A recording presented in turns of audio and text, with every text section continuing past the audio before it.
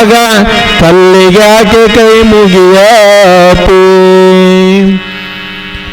ಶರಣರ ನೆನೆದಾರ ಸರಗಿಯ ಇಟ್ಟಂಗ ಹವಳ ಮಲ್ಲಿಗೆಯ ಮುಡಿದಂಗ, ಹವಳ ಮಲ್ಲಿಗೆ ಮುಡಿದಂಗ ಕಲ್ಯಾಣ ಶರಣರ ನೆನೆಯ ಎಲೆ ಮಾನವೇ. ಎಲ್ಲಿ ಬಲ್ಲಿದನಯ್ಯ ಕಲ್ಯಾಣ ಬಸವಯ್ಯ, ಚಲ್ಲಿದನೋ ತಂದ ಶಿವ ಬೆಳಕ, ಚಲ್ಲಿದನೋ ತಂದ ಶಿವ ಬೆಳಕ ನಾಡೊಳಗ ಸಲ್ಲೆತ್ತಿ ಜಗವ ಹಾಡುವದ. ಒಬ್ಬಕ್ಕೆ ತಾಯಿ ಹಾಡ್ತಾಳ, ಒಬ್ಬಕ್ಕೆ ಗರತಿ ಹಾಡ್ತಾಳ. ನೀವೇನು ಮುಂದೆ ಕುಂತಿರಲ್ವಾ, ನಿಮ್ಮಂತ ಒಬ್ಬಕ್ಕೆ ತಾಯಿ ಒಬ್ಬಕ್ಕೆ ಗರತಿ ಹಾಡ್ತಾಳ.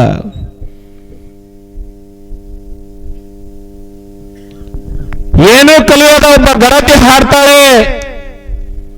ಏನಂತ ಹಾಡ್ತಾಳಪ್ಪ ಅಂತಂದ್ರ, ಮಲ್ಲಿಗೆ ಇರುವಾಗ ಮುಳ್ಳ್ಯಾಕ ಮುಡಿಯಾತಿ, ಕಲ್ಯಾಣದಲ್ಲಿ ಬಸವಣ್ಣ ಇರುವಾಗ, ಕಲ್ಯಾಣದಲ್ಲಿ ಬಸವಣ್ಣ ಇರುವಾಗ ಕಲ್ಲಿಗೆ ಯಾಕೆ ಕೈ ಮುಗಿಯಾತಿ ಅಂತ ಕೇಳ್ತಾನೆ. ಗರತಿ ಕೇಳ್ತಾಳ. ಗರತಿ, ಏ ಹುಚ್ಚಿ, ಪರಮ ಪವಿತ್ರವಾಗಿರ್ತಕ್ಕಂಥ ಸುಮಧುರವಾಗಿರ್ತಕ್ಕಂಥ ಸುಗಂಧವನ್ನ ಕೊಡ್ತಕ್ಕಂಥ ಆ ಮಲ್ಲಿಗೆ ಹೂ ಅಂತಕ್ಕಂಥವಿಷ್ಟೆಲ್ಲ ಅದಾವ. ಆ ಮಲ್ಲಿಗೆ ಹೂವನ್ನ ತಲೆಯಾಗ ಮುಡಿದ್ ಬಿಟ್ಟು ಮುಳ್ಳು ಮುಡಿತಾರೇನು? ನೋಡಿ ಹೆಂಗೆ ಹೇಳ್ತಾರೆ. ಸುಗಂಧ ಭರಿತವಾಗಿರ್ತಕ್ಕಂಥ ಮಲ್ಲಿಗೆ ಹೂ ಅಂತಕ್ಕಂಥವು ಅದಾವ. ಆ ಹೂವನ್ನ ತಲೆಯಾಗ ಮುಡಿಯೋದು ಬಿಟ್ಟು ಮುಳ್ಳು ಮುಡಿತಾರೇನೋ ಹೆಚ್ಚು ಅಂತ ಕೇಳ್ತಾಳೆ ಗರತಿ. ಶರಣಾರ ನೆನೆದರೆ ಸರಗೀಯ ಇಟ್ಟಂಗ, ಶರಣಾರ ನೆನೆದರೆ ಸರಗೀಯ ಇಟ್ಟಂಗ ಹವಳ ಮಲ್ಲಿಗೆ ಮುಡಿದಂಗ, ಹವಳ ಮಲ್ಲಿಗೆ ಮುಡಿದಂಗ ಕಲ್ಯಾಣ ಶರಣಾರ ನೆನೆಯೋ ಎಲೆ ಮನಬೆ ಅಂತ ಹೇಳ್ತಾರೆ. ನೆನೆಯೋ ಎಲೆ ಮನಬೆ ಅಂತ ಹೇಳ್ತಾರೆ. ಆ ಗರತಿ ಹೇಳ್ತಾಳೆ, ಈ ಪ್ರಪಂಚದೊಳಗ ಮಹಾನ್ ವ್ಯಕ್ತಿಯಾಗಿರ್ತಕ್ಕಂಥ, ಈ ಸಮಾಜವನ್ನ ಸುಧಾರಣೆಯನ್ನ ಮಾಡಿರ್ತಕ್ಕಂಥ ಆ ಅಪ್ಪ ಭಕ್ತಿ ಭಂಡಾರಿ ಬಸವಣ್ಣನ ಹೆಸರು ಎದೆಯಲ್ಲಿ ನಾಮಸ್ಮರಣೆ ಇದ್ದರೆ ಮತ್ತೇನು ಬೇಕಂತ ಕೇಳ್ತಾಳ. ಮತ್ತೇನು ಬೇಕಂತ ಕೇಳ್ತಾಳ ಗರತಿ. ನೋಡ್ರಿ, ಆ ಬಸವಣ್ಣನ ನಾಮಸ್ಮರಣೆ ಎದೆ ಒಳಗಿತ್ತಪ್ಪ ಅಂತಂದ್ರ ಮತ್ತೇನು ಬೇಕು ಅಂತ ಕೇಳ್ತಾಳಪ್ಪ ಅಂತಂದ್ರೆ, ಹೆಂಗಿರಬೇಕು ನಮ್ಮಪ್ಪ ಬಸವಣ್ಣ, ಹೆಂಗಿರಬೇಕು ಬಸವಣ್ಣ ಅಂತಂದ್ರೆ, ಎಲ್ಲಿ ಬಲ್ಲಿದನಯ್ಯ ಕಲ್ಯಾಣ ಬಸವಯ್ಯ, ಚಲ್ಲಿದನೋ ತಂದ ಶಿವ ಬೆಳಕ, ಚಲ್ಲಿದನೋ ತಂದ ಶಿವ ಬೆಳಕ ನಾಡೊಳಗ ಸಲ್ಲೆತ್ತಿ ಜಗವ ಹಾಡುವದ. ಎಂದು ಬಸವಣ್ಣ ಈ ಭೂಮಿಗೆ ಬಂದಲ್ಲ ಅಂದೇ ಈ ಜಗತ್ತಿಗೆ ಬೆಳಕು ಬಂತು ಅಂತ ಹೇಳ್ತಾರೆ. ಜಗತ್ತಿಗೆ ಬೆಳಕು ಬಂತು ಅಂತ ಹೇಳ್ತಾರೆ. ಬಸವಣ್ಣ ಅಂತಂದ್ರೆ ಸಾಮಾನ್ಯವಾಗಿರ್ತಕ್ಕಂಥ ವ್ಯಕ್ತಿ ಅಲ್ಲ, ಅದೊಂದು ಶಕ್ತಿ ಅಂತ ಹೇಳ್ತಾರೆ. ಅದೊಂದು ಶಕ್ತಿ ಅಂತ ಹೇಳ್ತಾರೆ. ಈ ಪ್ರಪಂಚದಲ್ಲಿರುವಂತ ಆ ಮಹಾತ್ಮನ ಹೆಸರು ಎದೆ ಒಳಗಿತ್ತಪ್ಪ ಅಂತಂದ್ರೆ, ಆತನ ಸ್ಮರಣೆ ಅಂತಕ್ಕಂಥದ್ದಿತ್ತಪ್ಪ ಅಂತಂದ್ರೆ ಮತ್ತೇನು ಬೇಕು ಅಂತ ಹೇಳ್ತಾರೆ. ಮತ್ತೇನು ಬೇಕು ಅಂತ ಹೇಳ್ತಾರೆ. ಅಷ್ಟೇ ಅಲ್ಲ, ಪರಬ್ರಹ್ಮ ವಸ್ತುವೇ ತಾವಾಗಿರುವಂತ ಅಲ್ಲಮ ಪ್ರಭುಗಳು ಹೇಳ್ತಾರೆ, ಬ ಎಂಬಲ್ಲಿ ಎನ್ನ ಭವ ಹರಿಯಿತ್ತು, ಸ ಎಂಬಲ್ಲಿ ಸರ್ವಜ್ಞನಾದೇನು, ವ ಎಂಬಲ್ಲಿ ವಚಿಸುವಡೆ ಚೈತನ್ಯಾತ್ಮಕನಾದೇನು.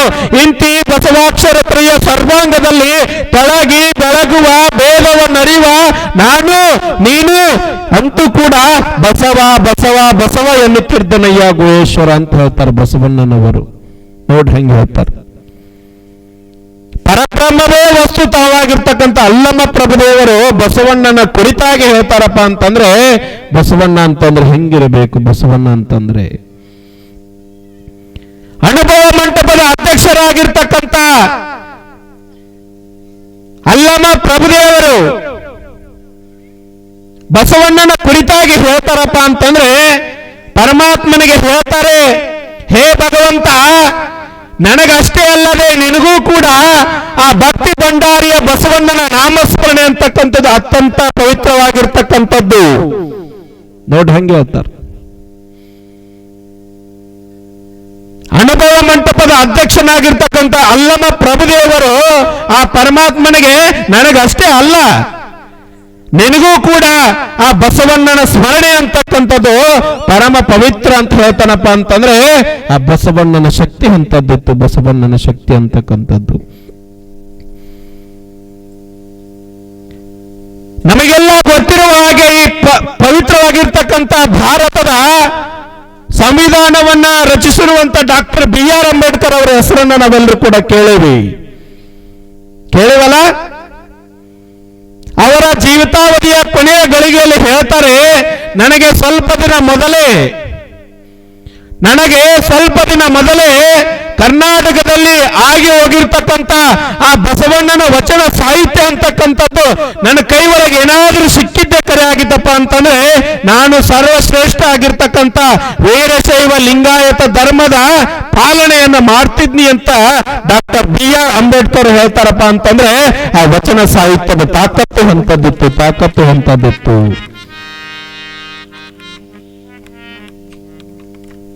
ಭಾರತದ ಸಂವಿಧಾನವನ್ನ ರಚಿಸಿರ್ತಕ್ಕಂಥ ಡಾಕ್ಟರ್ BR ಅಂಬೇಡ್ಕರ್ ಅವರು ಹೇಳ್ತಾರೆ, ತಮ್ಮ ಜೀವಾವಧಿಯ ಕೊನೆಗೆ ಗಳಿಗೆಯಲ್ಲಿ ಬಹಳ ಅದ್ಭುತವಾಗಿರ್ತಕ್ಕಂಥ ಮಾತು ಹೇಳ್ತಾರೆ. ಸ್ವಲ್ಪ ದಿನಗಳ ಮುಂಚೆ ಕರ್ನಾಟಕದಲ್ಲಿ ಆಗಿ ಹೋಗಿರ್ತಕ್ಕಂಥ ಆ ವಚನ ಸಾಹಿತ್ಯ ಅಂತಕ್ಕಂಥ ಗ್ರಂಥ ನನ್ನ ಕೈ ಒಳಗೆ ಸಿಕ್ಕಿದ್ದೆ ಕರೆ ಆಗಿತ್ತಂದ್ರೆ ಆ ವೀರಶೈವ ಧರ್ಮದ ಪಾಲನೆಯನ್ನ ಮಾಡ್ತಿದ್ನಿ ಅಂತ ಹೇಳ್ತಾರಪ್ಪ ಅಂತಂದ್ರೆ ಇದೆಂತ ಮಾತು. ಹೀಗೆ ಬಸವಣ್ಣನ ಬಗ್ಗೆ ಬಸವಣ್ಣ ರಚಿಸಿರ್ತಕ್ಕಂಥ ಎಲ್ಲ ವಚನ ಸಾಹಿತ್ಯದ ಆ ಗ್ರಂಥ ಅದಲ್ಲ, ಎಲ್ಲರನ್ನು ಕೂಡ ಅಪ್ಪಿಕೊಳ್ತಕ್ಕಂಥದ್ದು. ವಚನ ಸಾಹಿತ್ಯ ಅಂತಂದ್ರೆ ಎಲ್ಲರನ್ನು ಕೂಡ ಅಪ್ಪಿಕೊಳ್ಳುವಂತ ಗ್ರಂಥ. ಡಾಕ್ಟರ್ ಶಿವರುದ್ರಪ್ಪನವರು ಹೇಳ್ತಾರೆ ಬಸವಣ್ಣನ ಬಗ್ಗೆ, ಇದ್ದರೂ ಇರಬಹುದು ನಿನಗಿಂತ ದೊಡ್ಡ ರಾಜಕಾರಣಿ. ಬಸವಣ್ಣ ಕಲ್ಯಾಣದ ಪ್ರಧಾನಮಂತ್ರಿ ಆಗಿರ್ತಕ್ಕಂಥವ ಬಸವಣ್ಣ. ಇದ್ದರೂ ಇರಬಹುದು ನಿನಗಿಂತ ದೊಡ್ಡ ರಾಜಕಾರಣಿ, ಇದ್ದರೂ ಇರಬಹುದು ನಿನಗಿಂತ ದೊಡ್ಡ ಸಾಹಿತಿ, ಇದ್ದರೂ ಇರಬಹುದು ನಿನಗಿಂತ ದೊಡ್ಡ ಸಮಾಜ ಸುಧಾರಕ. ನೋಡ್ರಿ ಹೆಂಗೆ ಹೇಳ್ತಾರೆ, ಇದ್ದರೂ ಇರಬಹುದು ನಿನಗಿಂತ ದೊಡ್ಡ ಸಮಾಜ ಸುಧಾರಕ. ಆದರೆ ಬಸವಣ್ಣ ನಿನ್ನಂತ ತನ್ನ ಡೊಂಕು ತಿದ್ದುಕೊಂಡವರು ಈ ಜಗತ್ತಿನಲ್ಲಿ ಯಾರು ಇಲ್ಲ ಅಂತ ಡಾಕ್ಟರ್ GS ಶಿವರುದ್ರಪ್ಪನವರ ಬಸವಣ್ಣನ ಬಗ್ಗೆ ಹೇಳ್ತಾರೆ. ಅಂತಂದ್ರೆ ಆ ಬಸವಣ್ಣ ಅಂತಂದ್ರೆ ಹೇಗಿದ್ದ, ಆ ಬಸವ ಪುರಾಣದಲ್ಲಿ ಇರ್ತಕ್ಕಂಥ ತಾಕತ್ತು ಅಂತಕ್ಕಂಥದ್ದನ್ನು ನಾವೆಲ್ಲರೂ ಕೂಡ ತಿಳ್ಕೋಬೇಕಾಗ್ತದೆ. ಸಾಕ್ಷಾತ್ ಕಪಿಲ ಸಿದ್ಧ ಮಲ್ಲಿಕಾರ್ಜುನ ಅಂತ ತಿಳ್ಕೊಂಡು ಈ ಹೆಣ್ಣಿನ ಮಹತ್ವದ ಬಗ್ಗೆ ಈ ಜಗತ್ತಿಗೆ ಸಾರಿರ್ತಕ್ಕಂಥ ಸಣ್ಣಲಿಗೆ ಸಿದ್ದರಾಮಪ್ಪನವರು ಹೇಳ್ತಾರೆ. ಕೇಳಿರಲ್ಲ ಹೆಸರು? ಸೊಲ್ಲಾಪುರದ ಸಿದ್ದರಾಮ ಅಂತಕ್ಕಂಥ ಹೆಸರು ಕೇಳಿರಲ್ಲ?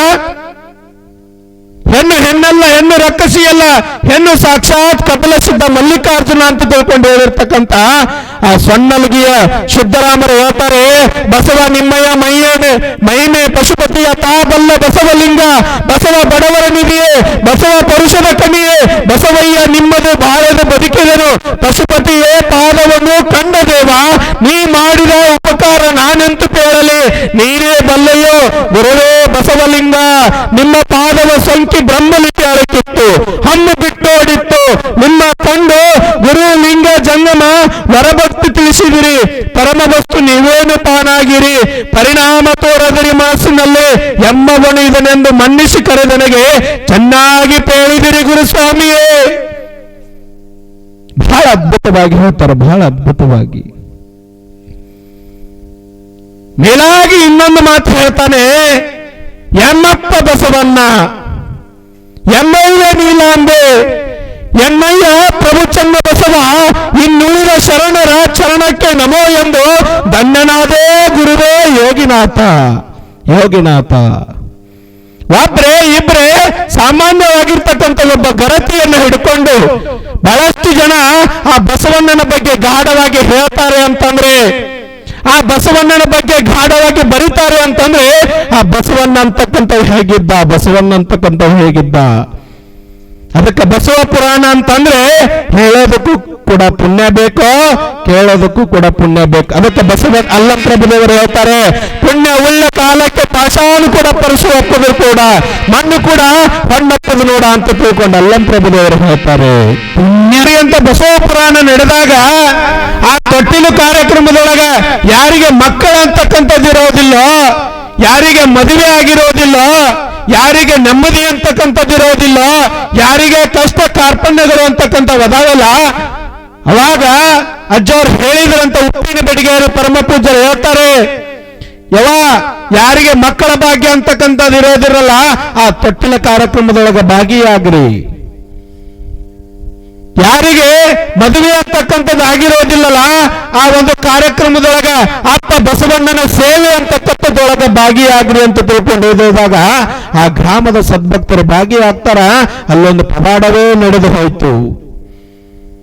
ಯಾರ್ಯಾರು ಏನೇನ ಸಂಕಲ್ಪವನ್ನ ಮಾಡಿ ಇಟ್ಕೊಂಡು ಆ ಬಸವ ಪುರಾಣದೊಳಗ ಭಾಗಿಯಾಗಿ ಸೇವೆಯನ್ನ ಸಲ್ಲಿಸ್ತಾರಲ್ಲ, ಆ ಸೇವೆ ಪ್ರತಿಫಲ ಒಂದು ತಿಂಗಳ ಪರ್ಯಂತ ಮಾಡಿರ್ತಕ್ಕಂಥ ಭಕ್ತಿ ಶ್ರದ್ಧೆ ನಿಷ್ಠೆಯಿಂದ ಒಳ್ಳೆಯ ಮನಸ್ಸಿನಿಂದ ನಮ್ಮಪ್ಪ ಬಸವಪ್ಪನ ಪುರಾಣ ನಾವು ಕೂಡ ಒಂದಿಷ್ಟು ಕೇಳಬೇಕು, ನಾವು ಕೂಡ ಒಂದಿಷ್ಟು ದಾನ ಧರ್ಮ ಮಾಡಬೇಕು, ನಾವು ಕೂಡ ಒಂದಿಷ್ಟು ಕಾಯಕ ಮಾಡಬೇಕು. ಮಳೆಯಪ್ಪಜ್ಜನ ಮಠದೊಳಗ ಪುರಾಣ ಹಚ್ಚಾರ, ಆ ಪುರಾಣಕ್ಕೆ ನಂದು ಒಂದಿನ ದಾಸೋಹವನ್ನ ಸಲ್ಲಿಸಬೇಕು, ನಾನು ಕಸಬರಿಗೆ ತಗೊಂಡು ಕಸ ಹೊಡಿಬೇಕು, ನಾನು ಕೂಡ ಪ್ರಸಾದವನ್ನ ಬಡಿಸ್ಬೇಕಂತ ತಿಳ್ಕೊಂಡು ನೀವೇನಾದ್ರೂ ಭಕ್ತಿ ಶ್ರದ್ಧೆ ನಿಷ್ಠೆಯಿಂದ ಬಂದು ಒಂದು ತಿಂಗಳು ನೀವು ಸೇವೆ ಮಾಡಿದ್ದ ಕರಿಯಾಗಿದ್ದಪ್ಪ ಅಂತಂದ್ರ ನೀವೇನು ಬೇಡಿರ್ತಲ್ಲ ಅದನ್ನು ಕೊಡ್ತಕ್ಕಂಥ ಶಕ್ತಿ ಆ ಬಸವಣ್ಣಗದ ಕೊಡಲಿಕ್ಕಪ್ಪ ಅಂತಂದ್ರೆ ಅದಕ್ಕೆ ಸಾಕ್ಷಿ ನಾನೇ ಇದೀನಿ, ಅದಕ್ಕೆ ಸಾಕ್ಷಿ ನಾನೇ ಇದೀನಿ.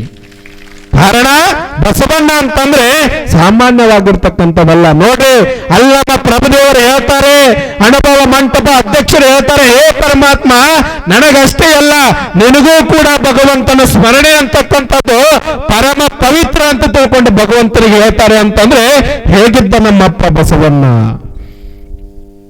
ಕಾಯಕ ಅಂದ್ರೆ ಏನು, ದಾಸೋಹ ಅಂತಂದ್ರೆ ಏನು, ವಿಭೂತಿ ಅಂತಂದ್ರೆ ಏನು, ರುದ್ರಾಕ್ಷಿ ಅಂತಂದ್ರೆ ಏನು, ಇವೆಲ್ಲ ಇವತ್ತಿನ ದಿವಸ ನಾವು ನೋಡಾಕತ್ತೀವಪ್ಪ ಅಂತಂದ್ರೆ ಆ ಬಸವಣ್ಣ ಹೇಳಿರ್ತಕ್ಕಂಥ ವಚನ ಸಾಹಿತ್ಯದ ಗ್ರಂಥದೊಳಗ ಕಲಬೇಡ ಕೊಲಬೇಡ ಉಸಿಯ ನುಡಿಯಲು ಬೇಡ, ದಯವಿಲ್ಲದ ಧರ್ಮ ಅದಾವುದಯ್ಯ, ದಯವಿರಬೇಕು ಸಕಲ ಪ್ರಾಣಿಗಳೆಲ್ಲರಲ್ಲಿ, ದಯವೇ ಧರ್ಮದ ಮೂಲವಯ್ಯ ಅಂತ ಹೇಳ್ತಾನೆ ಬಸವಣ್ಣ. ಇವನಾರವ ಇವನಾರವ ಇವನಾರವನೆಂದೆನಿಸಿದರಯ್ಯ, ಇವನಮ್ಮವ ಇವನಮ್ಮವ ಇವನಮ್ಮವನೆಂದೆನಿಸಿದರಯ್ಯ, ಇವ ನಮ್ಮ ಮನೆಯ ಮಗನೆಂದೆನಿಸಿದರಯ್ಯ ಕೂಡಲ ಸಂಗಮದೇವ.